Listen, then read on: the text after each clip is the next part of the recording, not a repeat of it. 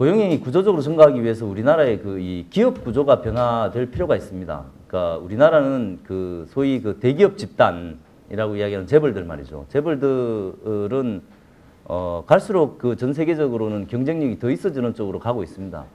반면에 중소기업은 숫자로는 절대 다수를 차지하고 있는데, 그리고 고용에 있어서도 8, 90%를 담당하고 있는데, 이쪽은 갈수록 경쟁력이 더 떨어지고 대기업 집단과 중소기업 간의 갭은 훨씬 더 이렇게 커져가는 쪽으로 가고 있습니다. 근데 여러분 잘 아시다시피 대기업 집단들이 지난 10년간 매출 규모라든가 이런 이익이나 이런 부분은 굉장히 많이 성장했음에도 불구하고 고용은 마이너스 성장한 사례가 많습니다. 그러니까 고용 없는 성장이죠. 전형적인. 우리나라의 이제 어떤 대기업 집단의 비중이 우리나라는 전형적으로 최상층부가 이렇게 넓고 중견 기업 쪽으로 오면 확 줄어들고 또 중소기업은 숫자가 많으니까 이렇게 펼쳐지는 전형적인 호리병 모양을 띠고 있습니다. 일본이나 독일처럼 안정된 구조는 이렇게 기본적인 피라미드 형태를 띠고 있는데 반해서 우리나라는 특히 중견기업이 굉장히 약합니다.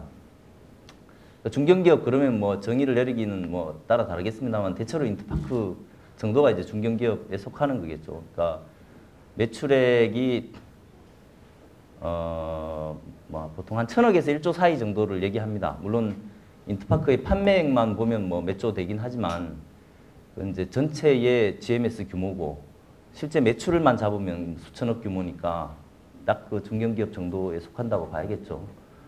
근데 우리나라는 이 대기업 집단을 뭐 또 규정하는 것도 법에 따라 다르고 이렇게 다른데, 우리나라가 이제 최상층의 대기업 집단을 얘기할 때는 보통 이제 공정거래위에서 출자 총액 제한의 규정을 받는 대기업 집단을 보통 얘기합니다. 그게 뭐 한 4, 50개 될 텐데요. 소위 우리가 말하는 재벌들이죠. 지난 1980년 이후로 그 집단에 신규로 진입한 회사가 하나도 없습니다.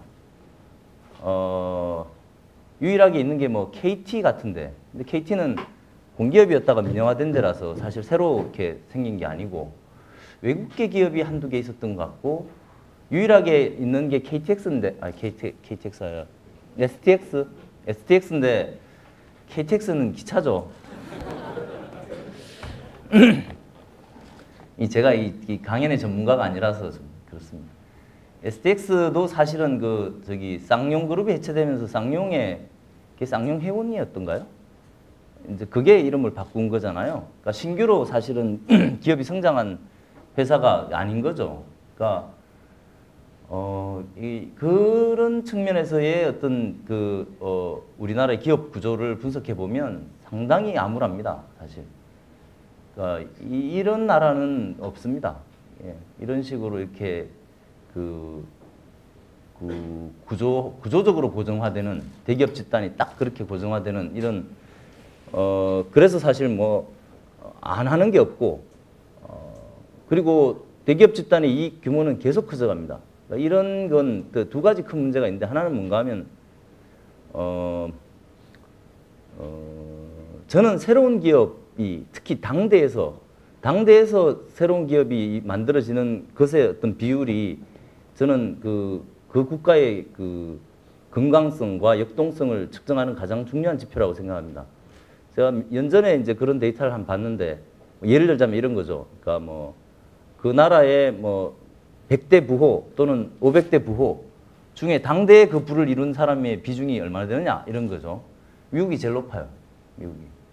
예를 들면 뭐 마이크로소프트 같은 거의 최고의 기업군에 속하는 시가총액 상위로 보면 어디가 제일 많을까요? 이렇게 두서없이 막 이야기해도 괜찮은가요? 엑스모빌 같은 석유회사가 물론 최상층에 있을 텐데, 금융회사 뭐 한두 개 빼고 나면 마이크로소프트가 거의 뭐 최고일 겁니다. 마이크로소프트의 시가총액이 얼마쯤 될 것 같습니까?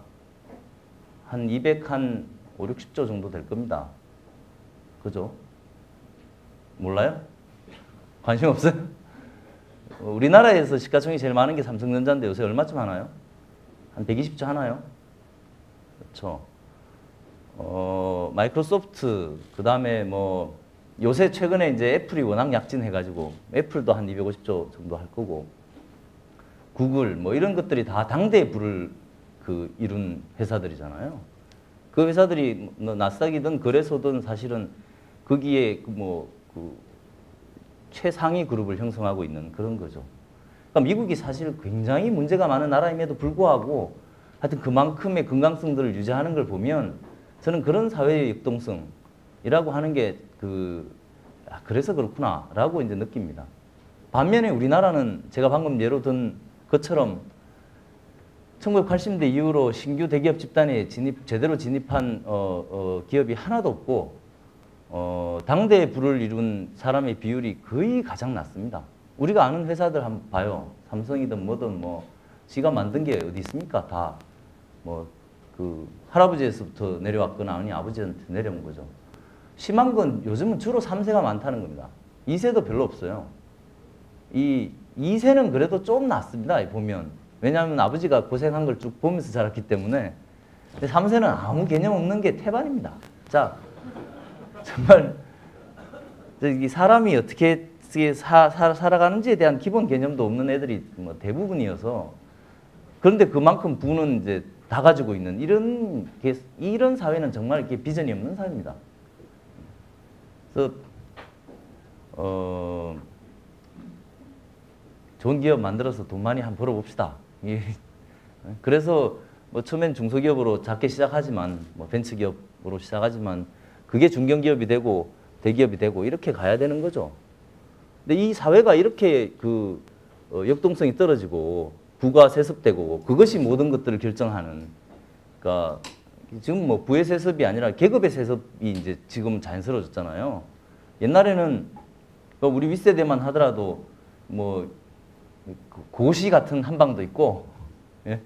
열심히 해갖고 교수 되고 이러면서 이제 계급이 이렇게 계급의 이제 상승이라고 하는 것들이 사실 뭐 다반사였고 공부 잘 사는 집에는 공부 못하는 게 일반적이고 뭐 이런 식이었는데 요즘은 뭐 잘 사는 집 애들이 공부도 더 잘하고 뭐 이런 식으로 가니까 뭐 이렇게 신문에서 보도되는 걸 봐도 뭐 강남이 공부도 잘하고 뭐 이런 거잖아요.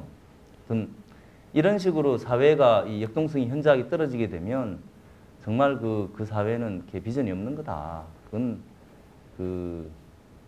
무슨 낙으로 무슨 꿈을 꾸고 이렇게 살겠냐 이런 생각을 왜 이렇게 제가 흥분해서 얘기를 하게 되는지 모르겠는데 하여튼 취업난이라고 하는 부분에서부터 비롯됐는데요. 고용을 가장 많이 창출하는데도 중소기업이거나 아니면 중견기업입니다. 인터파크에 여러분이 알고 있는 인터파크란 회사는 지금은 지주회사입니다. 지주회사가 뭔지 알죠? 홀딩컴퍼니. 그게 이제 상장돼 있는 회사고 저는 지금 인터파크 INT라고 하는 인터파크의 자회사입니다. 지금 이제 인터파크는 지주회사고 인터파크 INT가 인터파크닷컴 이커머스 사업을 하는 주체입니다.